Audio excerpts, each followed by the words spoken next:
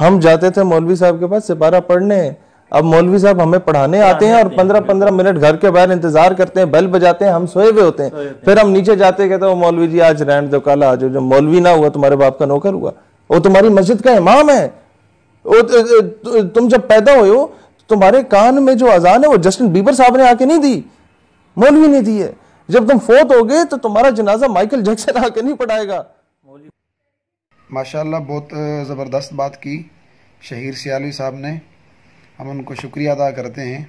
اس لیے نہیں کہ اس نے ہم مولویوں کی سپورٹ کی ہے، بلکہ انہوں نے ایک حق اور سچ بات کہی ہے، کھری بات کی ہے، حقائق کی دنیا میں انہوں نے بات کی ہے اور معاشرے کو حقیقت کا آئینہ دکھایا ہے کہ مولوی اس کا معاشرے میں کیا کردار ہے۔ باقی مولوی کے فرائض منصبی کیا ہیں وہ بھی ذرا سماعت کیجیے۔ پیدا ہوا اذان بھی سنائے مولوی، نام تجھے بچے کا بتائے مولوی، کلمہ قرآن بھی سکھائے مولوی، شادی و نکاح بھی پڑھائے مولوی، جنازہ بھی پڑھائے دفنائے مولوی، قبر تلک کام آئے مولوی۔ شرم بھی کچھ آنی چاہیے بے شرما، شرم بھی کچھ آنی چاہیے بے شرما، پھر بھی